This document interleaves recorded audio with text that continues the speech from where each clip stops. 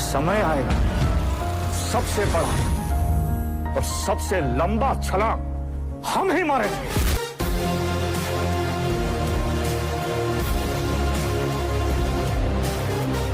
So hello and welcome guys, एक नई video में आपका स्वागत है। ये है आपकी full explanation unit 1 basic information about Indian constitution.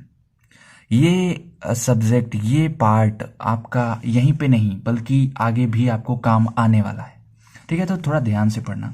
चलिए स्टार्ट करते हैं। नंबर 1 क्वेश्चन जो बहुत ही इंपॉर्टेंट निकल के आता है, पिछली बार भी आ चुका है और दूसरी बार भी पूछे जाने में कोई शक नहीं है। तो चलिए स्टार्ट करते हैं। कॉन्स्टिट्यूशन होता क्या है? तो कॉन्स्टिट्यूशन आपका एक किताब है, ठीक है? जैसे आप एक पर्टिकुलर सब्जेक्ट पढ़ते हो, ठीक है, तो उसमें लिखा होता है कि ये इस पार्ट के बारे में लिखा है। उसी तरह कॉन्स्टिट्यूशन क्या है? Primarily set of rules and principles. Rules है, प्रिंसिपल्स हैं जो कि ये बताती हैं, specifying how a country should be governed. कैसे एक देश को चलना है, कैसे एक देश चलेगा, मतलब गवर्नमेंट सिस्टम कैसी रहेगी, ठीक है? How power is distributed and control. Power किसके हाथ में कितनी है, ठीक है, किसको कितनी पावर देनी है, वो भी हमें पता चलता है हमारे कॉन्स्टिट्यूशन से। What rights citizen possess.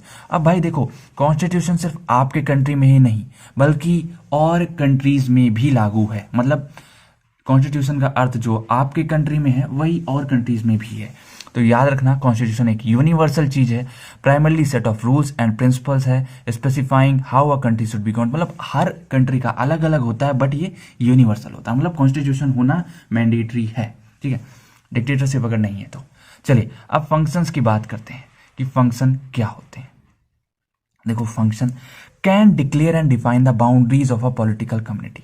मतलब कि एक पॉलिटिकल कम्युनिटी कहाँ पे अपना प्रचार कर सकती है, वो भी कॉन्स्टिट्यूशन डिक्लेयर कर सकता है, डिफाइन कर, मतलब कि कहाँ तक आप जा सकते हो, कौन कौन से कदम आप उठा सकते हो, ये सब आपका कॉन्स्टिट्यूशन में लिखा हुआ है, ठीक है? अब आगे देखें, can declare nature and authority of political community. एक पॉलिटिकल कम्युनिटी का नेचर, जैसे कि अब ये आप ये समझो, जैसे एक रक्षा मंत्री है, डिफेंस मिनिस्टर है ना, और चीफ मिनिस्टर, तो दोनों का नेचर अलग अलग है ना? वही चीज है कि declare nature and authority of political community. फिर थर्ड पॉइंट है, can declare and define the rights and duties of citizen.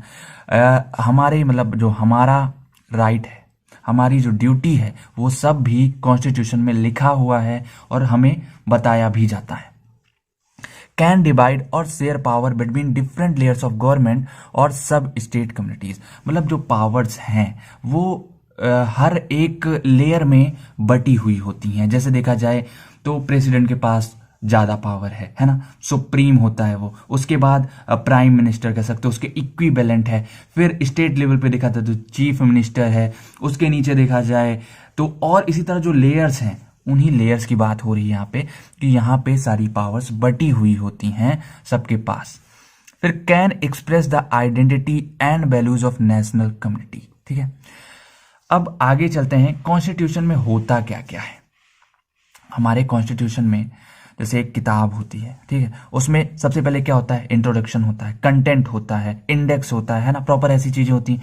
उसी तरह कॉन्स्टिट्यूशन में डिविजन्स और अरेंजमेंट, मतलब डिविजन्स होते हैं और अरेंजमेंट। अब डिविजन्स में क्या आ सकते हैं? पैराग्राफ हो गया, टाइटल हो गया, हेडिंग हो गई, सब हेडिंग हो गई, ये सब आपके डिविजन्स में आते हैं। सेकंड चीज क्या है? अरेंजमेंट। अरेंजमेंट में क्या आते हैं? प्रीएम्बल, प्रीलिमिनरीज और फंडामेंटल राइट्स। प्रीएम्बल आपका प्रस्तावना हिंदी में कहते हैं, और प्रीएम्बल में होता क्या है? इसमें बेसिक इंफॉर्मेशन, जैसे एक मूवी आती है, ठीक है, मूवी आने के बाद आप जाओगे विकिपीडिया पे, जब सर्च करोगे तो वहां पे विकिपीडिया जब ओपन करोगे तो वहां पे जो आपको देखोगे जो इन्फॉर्मेशन मिलती है वो एक प्रीएम्बल की तरह एक्ट करेगी। हमारे कॉन्स्टिट्यूशन एक मूवी है और उसका जो विकिपीडिया पे जाके देखोगे तो वो प्रीएम्बल शो करेगा, ठीक है? अब प्रीलिमिनरीज की बात करें तो प्रीलिमिनरीज भी कुछ इक्विवेलेंट होता है आपका प्रीएम्बल के जैसा ही, ठीक है, वही ही होता है। प्रीएम्बल में जो चीजें रहती हैं वही प्रीलिमिनरीज में रहती हैं, थोड़ा सा ज्यादा होती हैं, बढ़ा चढ़ा के रहती हैं। फंडामेंटल राइट्स तो आप जानते ही हो, ठीक है? अब आगे चलते हैं, कॉन्स्टिट्यूशनलिज्म क्या होता है। तो कॉन्स्टिट्यूशनलिज्म को जानने के लिए मैं आपको बताऊं कि it is a political philosophy based on the idea that government authority is derived from the people and should be limited by constitution that clearly expresses what the government can do and cannot do. है ना। इसमें देखो समझो क्या है, ये एक political philosophy है जो कि इस आइडिया पे बेस्ड है कि जो गवर्नमेंट है ना, जो पीपल के लिए, हम लोगों के लिए जो कॉन्स्टिट्यूशन में लिखा गया है, जिसमें ये बताया गया है कि गवर्नमेंट क्या कर सकती है और क्या नहीं कर सकती। चलिए इसको समझने के लिए मैं आपको एक एग्जाम्पल देता हूं। जैसे अयोध्या में राम मंदिर के निर्माण के लिए बहुत ही ज्यादा मतभेद था, ठीक है, अब बहुत ज्यादा मतभेद था कि हाँ बनना चाहिए मंदिर, नहीं बनना चाहिए। तो गवर्नमेंट, अब अगर मान लो गवर्नमेंट आती है तो वो कहे कि हाँ यहाँ पे मंदिर नहीं, हॉस्पिटल बनेगा। अब देखो इधर से हिंदू उठेंगे, कहेंगे क्यों ये राम जन्मभूमि है, यहाँ पे मंदिर ही बनना चाहिए। मुस्लिम कहेंगे यहाँ पे मस्जिद बननी चाहिए। अब गवर्नमेंट ऐसा भी तो कर सकती है वहां जाकर हॉस्पिटल बना दे, नहीं, ऐसा नहीं कर सकती गवर्नमेंट। गवर्नमेंट को वहां पे जो, जैसे लोग अगर ज्यादा बोलेंगे, जैसे हिंदू बोलेंगे, हिंदू की मेजोरिटी ज्यादा है, या फिर मुस्लिम बोल रहे हैं, मुस्लिम की मेजोरिटी ज्यादा है कि यहाँ पे मस्जिद बननी चाहिए, तो वही होगा। असल में हुआ भी यही कि मेजोरिटी कह रही थी यहाँ पे मंदिर बनेगा और मंदिर बना, ठीक है। अब एलिमेंट्स की बात करें तो फंडामेंटल राइट्स आ जाते हैं, फ्री एंड फेयर इलेक्शंस आ जाते हैं, रिस्पॉन्सिबल गवर्नमेंट आ जाती है, रिटन कॉन्स्टिट्यूशन और सेपरेशन ऑफ पावर्स। इनको अगर आप ब्रीफली समझो तो फंडामेंटल राइट्स भी आ जाते हैं कि ऐसा नहीं है कि एक इंसान अगर रात को 11 बजे वो बाहर घूम रहा है, ठीक है, तो ये नहीं हो सकता कि गवर्नमेंट आके कहे क्यों घूम रहे हो, अरे भैया उसका राइट है, वो घूम सकता है। हाँ, नाइट कर्फ्यू लग जाए तो बात अलग है ना, ठीक है। तो और सेकंड चीज है फ्री एंड फेयर इलेक्शंस, मतलब कि इलेक्शन फेयर होंगे, ये नहीं कि भैया वहां आप जा करके अंगूठा लगवा ले रहे हो, किसी को 20,000 दे रहे हो, 10,000 दे रहे हो और वोट अपने पक्ष में ले रहे हो, ये भी नहीं सही है।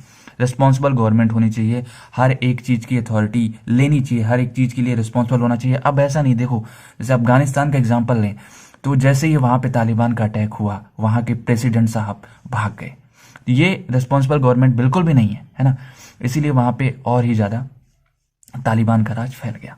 अब देखा जाए रिटन कॉन्स्टिट्यूशन, हमारा रिटन कॉन्स्टिट्यूशन है और इसके जो भी वैल्यूज हैं, जो भी इसके प्रिंसिपल्स हैं, वो फॉलो किए जाने चाहिए। फिर सेपरेशन ऑफ पावर्स आप समझ रहे हो। चलिए आगे चलते हैं, और आगे अगर आप देखोगे तो कॉन्स्टिट्यूएंट असेंबली को समझेंगे। इसको समझने के लिए आपको बहुत ही शानदार एग्जाम्पल दूंगा मैं। तो दरअसल कॉन्स्टिट्यूएंट असेंबली कुछ भी नहीं है, बल्कि एक मिस्त्री है। क्या है? मिस्त्री है। और जो जिसने क्या बनाया? कॉन्स्टिट्यूशन बनाया। कॉन्स्टिट्यूशन एक बिल्डिंग है और कॉन्स्टिट्यूएंट असेंबली एक मिस्त्री है। अब कुछ जान लेते हैं इस मिस्त्री के बारे में। तो भैया idea was given by M N Roy in 1934।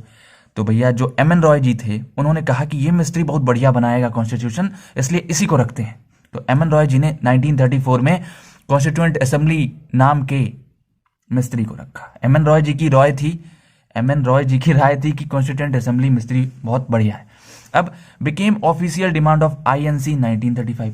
भैया इंडियन नेशनल कांग्रेस की भी 1935 में ऑफिशियल डिमांड हो गई कि भैया हमारी गवर्नमेंट होनी चाहिए। ब्रिटिश गवर्नमेंट थी और ये आईएनसी थी।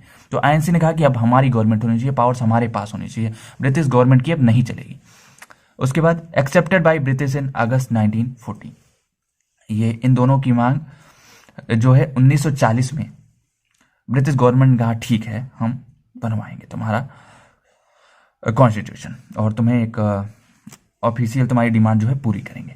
It holds its first meeting in 9 December 1946। तो 9 दिसंबर को कॉन्स्टिट्यूएंट असेंबली को बुलाया गया, इस मिस्त्री को बुलाया गया, बैठा गया, बताया गया भैया प्लान ऐसा है, फर्स्ट फ्लोर पे ये होगा, सेकंड फ्लोर पे ये होगा, है ना, प्रॉपर चीजों को बताया गया।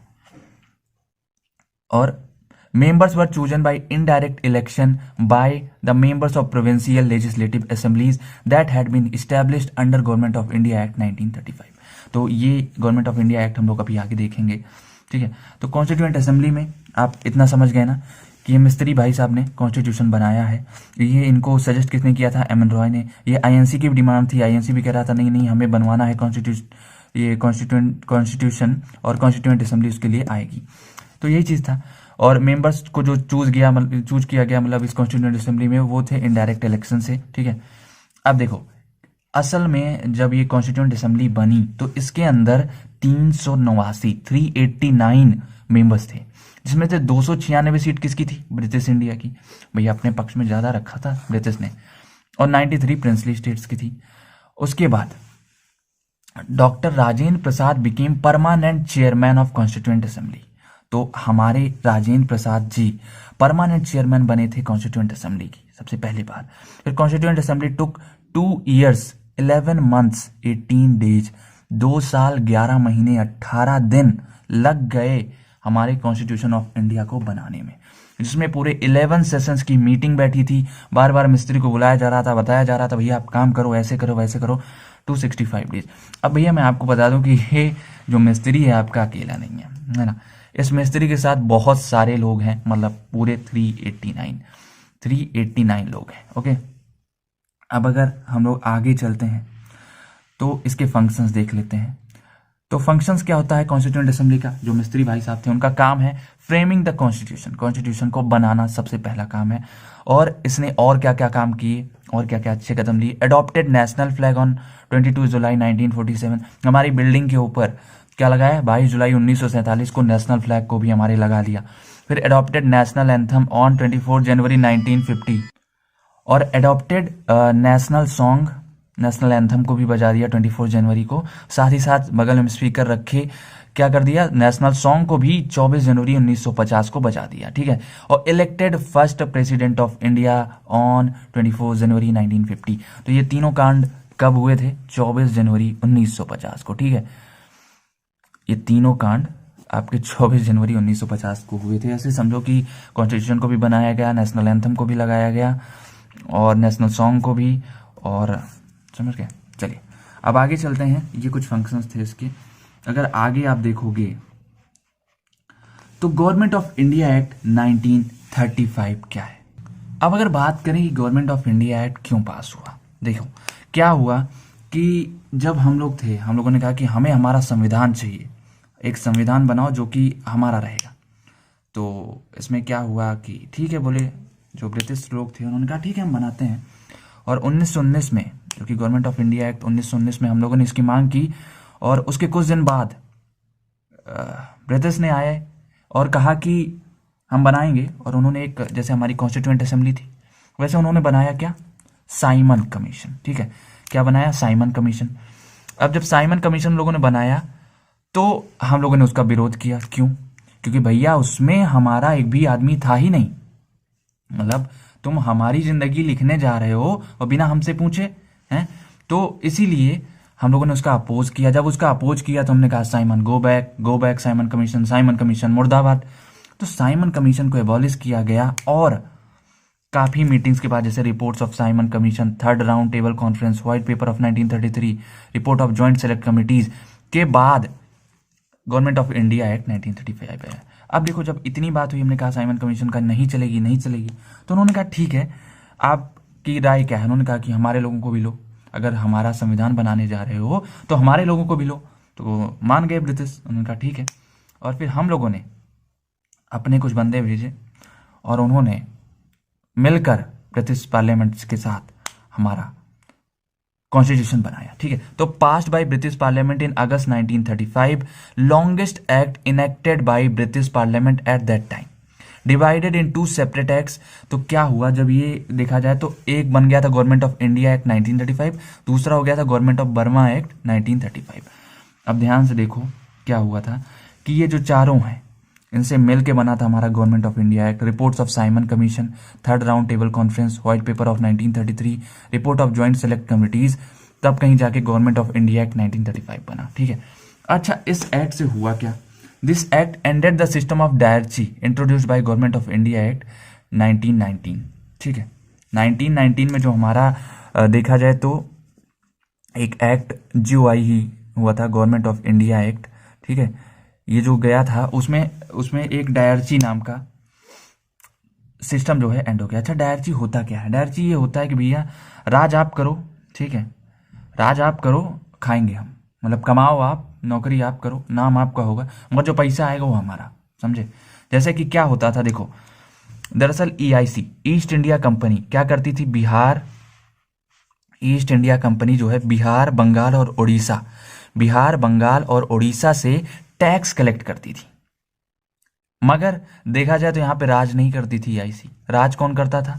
Government by nawab of Bengal. ठीक है, govern by nawab of Bengal. इन तीनों स्टेट पे देखा जाए तो नवाब ऑफ बंगाल बैठे थे, मगर जब पैसा लेने की बारी आए, जो कमाया है इन्होंने उसको ले जाती थी EIC। ठीक है, EIC आके ले जाती थी, मगर राज ये करते थे। तो समझ सकते हो कि हर एक बाप के ऊपर भी उसका बाप होता है, जिसे दादा कहते हैं, ठीक है। तो वही चीज़ था, तो ये होता था, ठीक है। तो इसको भी खत्म किया, मतलब जो टैक्स है वो टैक्स जाएगा तो बंगाल को ही जाएगा, कहीं और नहीं, समझे ना। EIC को अब नहीं देंगे हम। चलिए अब आगे बात करें सैलिएंट फीचर्स क्या हैं। तो एंड ऑफ डायरची, मतलब सबसे पहले ये खत्म किया इन्होंने। उसके बाद राइट्स टू माइनॉरिटीज, माइनॉरिटीज को राइट्स भी मिले। तो separation of Burma from India, Burma और इंडिया अलग अलग हो गए, ठीक है। Supremacy of British parliament, British parliament की सुप्रीमेसी अब भी थी, ओके।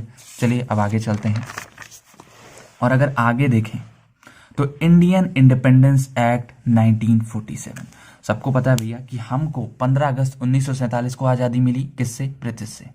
मगर इसके पीछे की जो कहानी है वो कोई नहीं जानता। चलिए आज जानते हैं। 20 फरवरी 1947 को ब्रिटिश PM, कुछ नाम था उनका, देख लेना, क्लिंटन वैसे करके कुछ नाम है।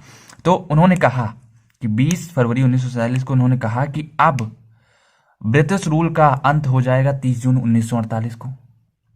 30 जून 1948 को ब्रिटिश जो है इंडिया से चली जाएगी। मतलब पावर किसके पास जाएगी? रिस्पॉन्सिबल इंडियन हैंड्स में जाएगी, ओके। तो अब क्या होता है, जब ये बात हुई 30 जून को, अब जो भैया मुस्लिम लीग थी उन्होंने कहा कि हमें एक अलग देश दे दो, मतलब कि हमारा बंटवारा कर दो, पार्टीशन ऑफ कंट्री। क्यों कहा? क्योंकि जो पावर इन्होंने दिया रिस्पॉन्सिबल इंडियन हैंड्स को, उसमें जो मेजॉरिटी थी वो किसकी थी? हिंदूज की थी, ऐसा मुस्लिम को लग रहा था। मतलब इसमें जो थे ज्यादा हिंदू थे, इसलिए मुस्लिम लीग ने कहा कि हमें एक दूसरा कंट्री दो, हमें पाकिस्तान चाहिए। अब भाई 3 जून 1947 को ब्रिटिश गवर्नमेंट कहती है कि भैया जो आपने कॉन्स्टिट्यूशन बनाया है, किसकी मदद से? कॉन्स्टिट्यूएंट असेंबली से, वो वहां कहीं एप्लीकेबल नहीं होगा जहां के पार्ट्स ये मानने को तैयार नहीं है। अगर आप सपोज करिए आप बिहार में रहते हैं, ठीक है, और कोई यूपी वाला है, ठीक है, कॉन्स्टिट्यूशन आपने बनाया पूरे कंट्री के लिए, मगर क्या है अगर बिहार वाला जो है नहीं मान रहा है, ठीक है, या यूपी वाला नहीं मान रहा है कि हम भैया हमें ये कॉन्स्टिट्यूशन मंजूर नहीं है, तो वहां पे कॉन्स्टिट्यूशन नहीं चलेगा आपका, मतलब सिर्फ बिहार तक ही सीमित हो गया या और स्टेट्स तक हो गया, मगर यूपी में नहीं चलने वाला, यही चीज था, ठीक है। ये ब्रिटिश गवर्नमेंट ने कह दिया कि भैया 3 जून 1947 को कह दिया कि आपका कॉन्स्टिट्यूशन वहां नहीं चलेगा जहां के लोग मानने को तैयार नहीं है। उसके बाद इतनी बात हो ही रही थी कि लॉर्ड माउंटबेटन पहुंच गए पार्टीशन प्लान लेके, क्योंकि मुस्लिम लीग ने भी कह दिया था कि हमें पार्टीशन प्लान चाहिए, हमें पार्टीशन चाहिए, हमें एक नया कंट्री चाहिए। तो लॉर्ड माउंटबेटन बिल्ली की तरह या बंदर की तरह कह सकते हो पहुंच गए, और पहुंचने के बाद उन्होंने कहा कि ये रहा पार्टीशन प्लान, और उसका नाम माउंटबेटन प्लान भी कहते हैं। पार्टीशन प्लान को माउंटबेटन प्लान के नाम से भी जाना जाता है। ये प्लान एक्सेप्ट कर लिया गया कांग्रेस के द्वारा भी और मुस्लिम लीग के द्वारा भी। अब भैया कांग्रेस को एक्सेप्ट करना ही था। अब देखा जाए तो अगर अपने लोग बगावत कर दें तो कहाँ चलती है ना। जब अपने लोग बगावत कर दिए तो कांग्रेस तो भाई अपनी थी उस टाइम पे, INC, और मुस्लिम लीग भी अपने ही थे। उन्होंने कहा कि हमें दूसरा राज्य चाहिए, हमें दूसरा कंट्री चाहिए, राज्य भी नहीं। तो मुस्लिम लीग भी एक्सेप्ट कर लेता है इस चीज को, और कांग्रेस को एक्सेप्ट करना ही पड़ता है, मजबूरी बस। अब देखा जाए फीचर्स क्या थे। फीचर्स ये तो यही था आपका, ठीक है, ये समझ गए। असल में जो इंडियन इंडिपेंडेंस एक्ट 1947 है उसमें हमारा भारत और पाकिस्तान दो अलग अलग, एक भारत ही जो है पाकिस्तान में पट गया, समझे ना। तो यही चीज हुआ था। अब चलते हैं फीचर्स में। फीचर्स क्या है? एंडेड ब्रिटिश रूल, मतलब ब्रिटिश रूल का अंत हुआ। इंडिपेंडेंट एंड सॉवरेन, सॉवरेन का मतलब कि अब हमारे देश के डिसीजंस हम खुद लेंगे, ना कि ब्रिटिश। उसके बाद स्टेट फ्रॉम 15 अगस्त 1947, मतलब हम लोग 15 अगस्त 1947 को आजाद हुए थे, और इसीलिए हम क्या मनाते हैं? इंडिपेंडेंस डे, ठीक है। पार्टीशन ऑफ कंट्री, मतलब इंडिया एंड पाकिस्तान अलग हुए थे। और एम्पावर्ड द कॉन्स्टिट्यूएंट असेंबलीज, की भाई ब्रिटिश के जाने के बाद हमारा मिस्त्री जो है कॉन्स्टिट्यूएंट असेंबलीज वो काफ़ी मजबूत हो गया, क्योंकि उसके पास पावर्स आ गई। तो इतना था। अब बात करते हैं प्रीएम्बल की। तो प्रीएम्बल क्या होता है? प्रीएम्बल एक एन इंट्रोडक्टरी स्टेटमेंट होता है that explains the document philosophy and objectives. तो मैंने आपको प्रीएम्बल बता दिया था। प्रीएम्बल क्या है? असल में प्रीएम्बल जब आप मूवी देखते हो तो मूवी में जो स्टार्टिंग में कास्टिंग आती है ना, कि ये हैं अक्षय कुमार हैं इसमें, ठीक है, तो वही चीज़ें हैं, इंट्रोडक्टरी स्टेटमेंट ही आपका जो कि बताए कि फिलोसफी के अंदर है क्या, है ना, मतलब थोड़ी सी आइडिया दे। उसके बाद इन कॉन्स्टिट्यूशन के अंदर क्या है, इसका बहुत बड़ा रोल है, जैसे इंटेंशन ऑफ इट्स फ्रेमर्स, मतलब कि फ्रेमर्स क्यों बनाए, क्या चाहते थे, फिर हिस्ट्री बिहाइंड इट्स क्रिएशन, इसके पीछे का राज क्या था, फिर values and principles of nation भी इंक्लूडेड है आपका प्रीएम्बल में। तो ये था प्रीएम्बल के बारे में। प्रीएम्बल आपका 2 नंबर के पॉइंट ऑफ व्यू से बहुत इंपॉर्टेंट क्वेश्चन हो सकता है। अब फंडामेंटल राइट्स के बारे में बात करते हैं। तो आपको अपने अधिकार तो मालूम ही होंगे, क्यों, अब अगर अधिकार मालूम है तो मैं बता दूं कि फंडामेंटल राइट्स की डेफिनेशन क्या होती है। Basic human rights enshrined in the constitution which are guaranteed to all citizen. Enshrined का मतलब रिटन, है ना, या published in the constitution which are guaranteed to all citizen, सारे सिटीजन्स को बराबर मात्रा में मिलना है, ठीक है, ये नहीं कि ज्यादा कम। ये आपके फंडामेंटल राइट्स हैं। इन्फोर्सेबल बाय द कोर्ट्स, ये कोर्ट में भी इन्फोर्सेबल है, मतलब कि भैया जैसे एक आप देखो क्रिमिनल होता है, अब आप चाहो तो कोर्टों में उसको पीट सकते हो, है ना, इतना मारो कि वहीं मर जाए, मगर ऐसा नहीं है, वहां भी उसको इज्जत के साथ ले जाया जाता है, उसके भी राइट्स रहते हैं कि भैया आप यहाँ पे हो, सेफ हो, यहाँ पे कोई आपको गोली नहीं मारता। अगर मूवीज में और रियलिटी में भी आजकल मारी दी जा रही है तो कुछ कहा नहीं जा सकता। उसके बाद in case of violation a person can approach a court of law, मतलब अब जाओ वहां पे और उसका पैर वैर तोड़ दिया गया, मान लो कोर्ट में ही कोई आके मार दिया उसके पैर वैर पे, तो वो फिर से कोर्ट में जा सकता है, ठीक है, यही चीज कहा गया है। तो एक क्रिमिनल का भी राइट होता है, हर एक चीज आपके कॉन्स्टिट्यूशन में लिखा हुआ है। अब बात करते हैं fundamental rights of Indian constitution, मतलब कितने होते हैं, तो ये 6 टाइप के होते हैं, याद रखना। राइट टू इक्वेलिटी, अगर इसको मैं आपको कहूँ, इसका जो एक्सप्लेनेशन है वो आप पढ़ लेना क्वांटम से, कि राइट टू इक्वेलिटी में बता दे रहा हूँ कि राइट टू इक्वेलिटी में आपका इक्वल राइट है for everyone irrespective of religion, gender, caste, race और प्लेस ऑफ बर्थ।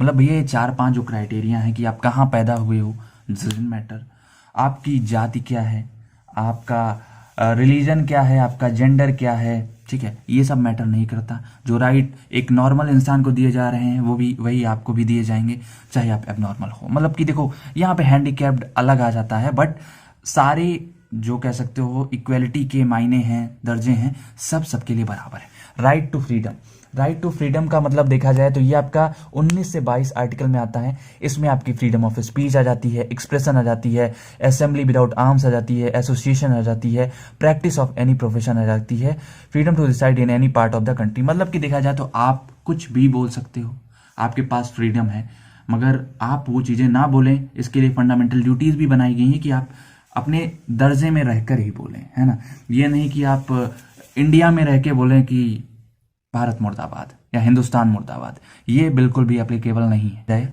अगर देखा जाए तो आपको फ्रीडम ऑफ स्पीच है, मगर आपके पास ये नहीं है कि आप उस फ्रीडम ऑफ स्पीच का गलत फायदा उठाएं, समझे। अब right to constitutional remedies, right to constitutional remedies की बात करें तो आपका हो जाएगा कि ये आपके आर्टिकल 32 में दिया गया है, जहां पे फंडामेंटल राइट्स को अगर वायलेट हो रहे हैं तो उनको बचाने की कोशिश की जाती है, ठीक है, यही चीज है इसमें। फिर right to freedom of religion, आप कोई भी रिलीजन ले सकते हो, हिंदू, मुस्लिम, सिख, ईसाई, सब भाई आप कोई भी रिलीजन ले लो जाके, इससे किसी को कोई प्रॉब्लम नहीं है। हालांकि आजकल देखा जाए तो हिंदू मुस्लिम कुछ ज्यादा हो रहा है, ठीक है, क्रिश्चियन में कन्वर्ट हो जा रहे हैं, तो ऐसा कुछ भी नहीं है, आपके पास अथॉरिटी है, आप कन्वर्ट हो सकते हो, डजंट मैटर, ओके। फिर right against exploitation, right against exploitation को देखा जाए तो इसका मतलब कि आप एक बच्चे को या फिर आप स्लेव मतलब जबरदस्ती किसी से कोई काम नहीं करा सकते हो, ठीक है। राइट अगेंस्ट एक्सप्लॉयटेशन का मतलब ये है। कल्चरल एंड एजुकेशनल राइट्स, मतलब सबको पढ़ने का अधिकार है, सब एक अच्छे स्कूल में जा सकते हैं, बट फीस वाला तो मैटर फिर से आ जाता है ना, तो वही चीज है। ऐसा नहीं है कि आपके पास कपड़े नहीं है अच्छे तो आप किसी अच्छे कॉलेज में नहीं पढ़ सकती। डोंट जज a book by its cover, ठीक है। चलिए आगे चलते हैं। फंडामेंटल ड्यूटीज क्या है।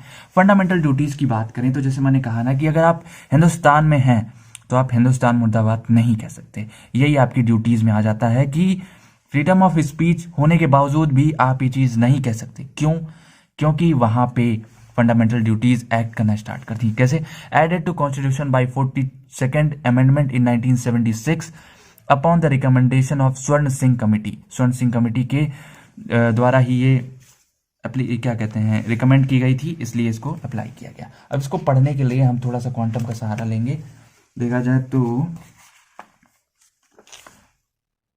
हाँ, तो फंडामेंटल ड्यूटीज आपको बताएंगे कि आपके राइट्स को कैसे कंट्रोल करना है, ठीक है। To avoid by the constitution and respect its ideal and institutions, the national flag and the national anthem. ये नहीं कि भैया आप फ्लैग फाड़ फूड़ के फेंक रहे हो, ये सब नहीं एप्लीकेबल, ठीक है। तो याद रखना, यही होते हैं आपके कुछ फंडामेंटल ड्यूटीज। और भी हैं, मैं और भी बता दे रहा हूँ आपको। To cherish and follow the noble ideals which inspired our national struggle for freedom. मतलब हमारे जो फ्रीडम फाइटर्स थे, जो आइडियाज़ थी, मतलब देखा जाए तो भगत सिंह, सुखदेव, राजगुरु, ठीक है, चंद्रशेखर आज़ाद, इन सब के आइडियल्स, उधम सिंह, आपको इनकी रेस्पेक्ट करनी है इररिस्पेक्टिव उनके कास्ट क्या थी, उनका धर्म क्या था, doesn't matter.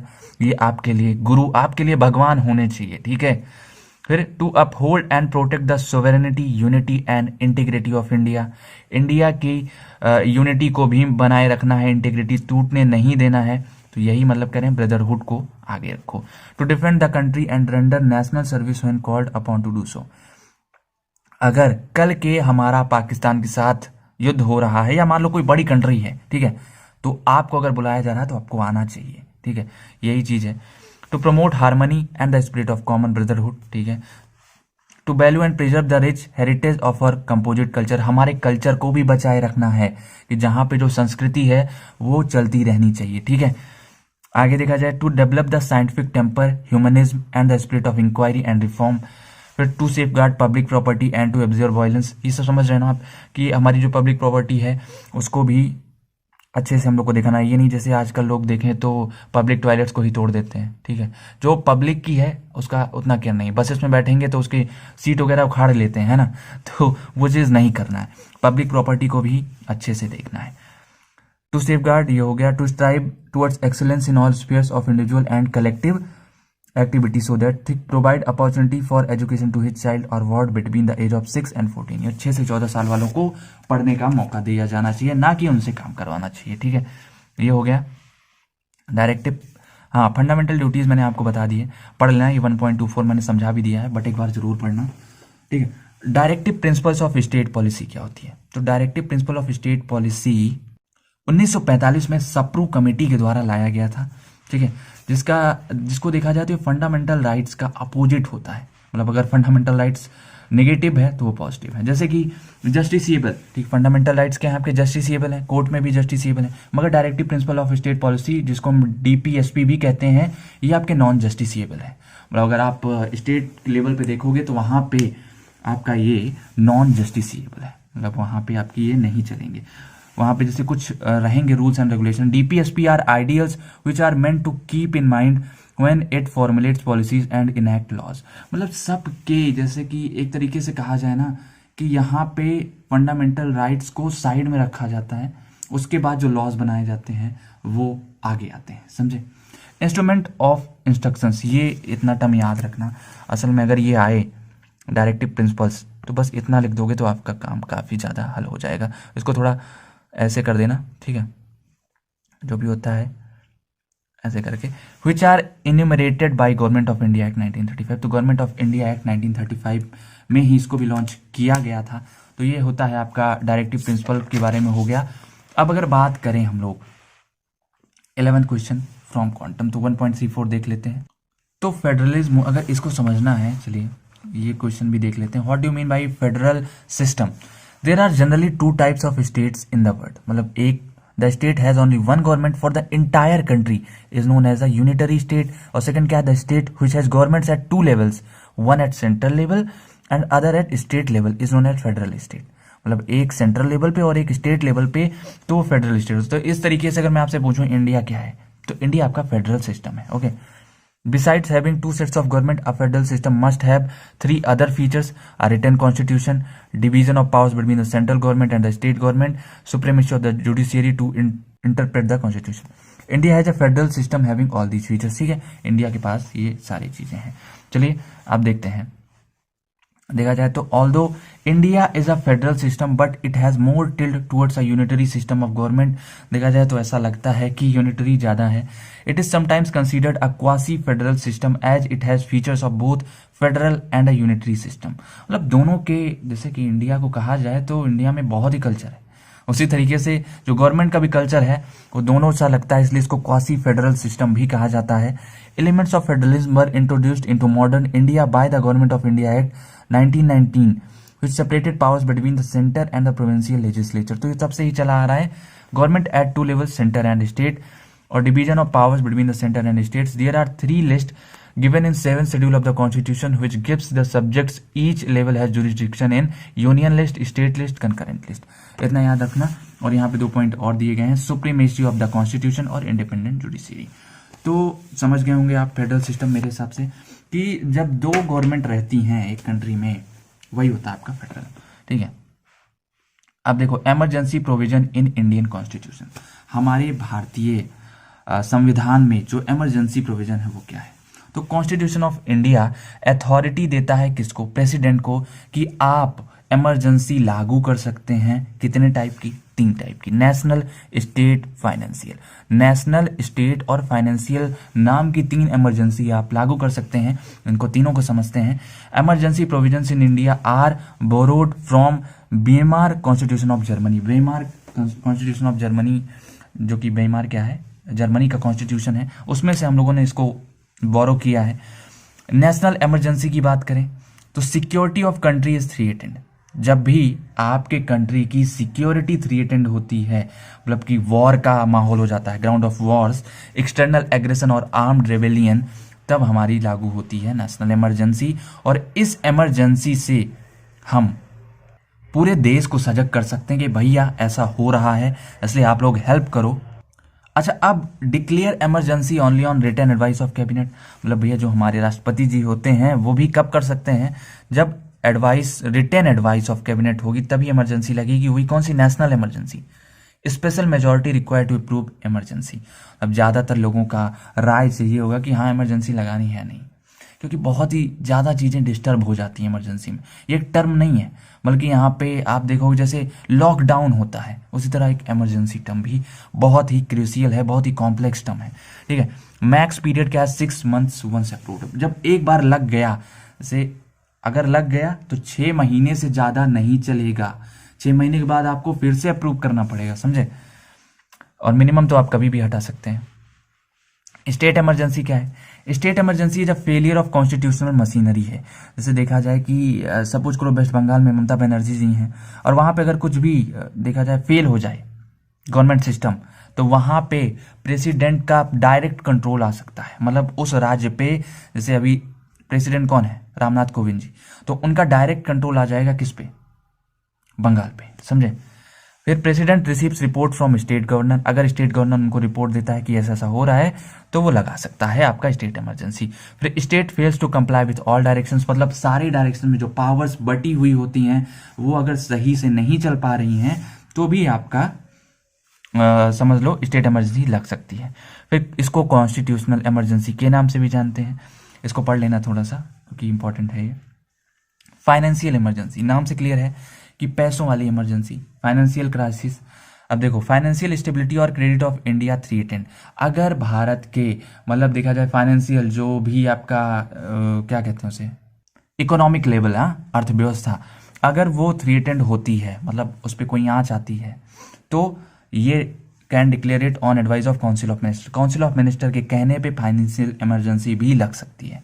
Article 360 gives this authority. 360 में ये बताया गया है कॉन्स्टिट्यूशन में। कभी समय मिले तो पढ़िएगा कॉन्स्टिट्यूशन, वैसे मुझे पता है कभी नहीं मिलने वाला, ठीक है। This emergency never imposed in India. आज तक ये इमरजेंसी कभी नहीं लगी है भारत में, ठीक है। चलिए अभी लास्ट पॉइंट देख लेते हैं और इसी के साथ आपका यूनिट 1 खत्म हो जाएगा। लोकल सेल्फ गवर्नमेंट क्या होती है? तो transference of the powers to rule to the lowest rungs of political order. मतलब जो एकदम निचले लेवल पे, जैसे अगर आपके घर में देखा जाए तो आपकी भी कुछ चलती होगी, आपकी भी कुछ इज्जत होगी, अगर नहीं है तो भाई मैं कुछ नहीं कह सकता, वैसे होगी नहीं। तो वही चीज जो होती है transference of the power to rule the lowest rungs of the political order, मतलब कि आप अपने भाई बहन पे अपना राज चला सकते हो। उसी तरीके से देखा जाए तो एकदम निचले लेवल पे, जैसे गांव है तो गांव को कौन रूल करेगा? पंचायत या फिर यू कैन से प्रधान, है ना। तो grass root level of the society is insured. तो इसमें कौन कौन आते हैं? द विलेज, पंचायत, म्यूनसिपैलिटीज, आप चाहो यहाँ पे प्रधान भी लिख सकते हो, और governance at the lowest levels, इसका मतलब यही होता है। तो लोकल सेल्फ गवर्नमेंट भी आप समझ गए होंगे, यूनिट 1 से इतना ही ज़्यादा इंपॉर्टेंट है, इनको ज़रूर पढ़िएगा। जितना मैंने कवर किया है ये करके जाइए, इतना आपकी यूनिट 1 में कवर हो जाएगा। और इसके अलावा और कुछ नहीं पढ़ना है आपको, इन्हीं को अच्छे से करके जाना, इनमें से आपके 20 नंबर के आ ही जाएंगे, ठीक है। चलिए इतना ही था इस वीडियो में। अगर वीडियो पसंद आया तो लाइक करिए और कमेंट करिए अगर कुछ पसंद आया, मतलब यू कैन से कि कोई चीज़ें याद हैं या कोई बेस्ट पार्ट लगा तो प्लीज़ नीचे ज़रूर कमेंट करिए और वीडियो को लाइक ज़रूर करिएगा और अपने दोस्तों के साथ भी शेयर करिए। मिलते हैं आपसे अगली वीडियो में, तब तक के लिए ऐसे प्यार बनाए रखिए। पार्ट 2, पार्ट 3, पार्ट 4, पार्ट 5 जल्दी ही आ जाएंगे। पार्ट नहीं, यूनिट 2 आएगा, क्योंकि ये पूरी यूनिट कवर्ड है, ठीक है। इसके अलावा आपको कुछ नहीं पढ़ना है, पढ़ते रहिए, आपके एग्जाम्स होंगे, ठीक है। ये मत सोच के बैठिए कि ऑनलाइन होंगे, हाँ कुछ ना कुछ ज़रूर होना चाहिए, क्योंकि अब इतना ज़्यादा आप लोग किए हो आंदोलन, तो कुछ ना कुछ होना चाहिए। इस उम्मीद पे रह सकते हो, बट देन टू आपके एडमिट कार्ड आई थिंक बाहर आ चुके हैं, तो अब आपको पढ़ना ही है, उसके अलावा कोई भी चारा नहीं है। तो इतना कवर करिए और 28 को जो पेपर है एकदम से अच्छे से करके आइए। चलिए मिलते हैं आपसे अगली वीडियो में। Love you, bye bye, take care.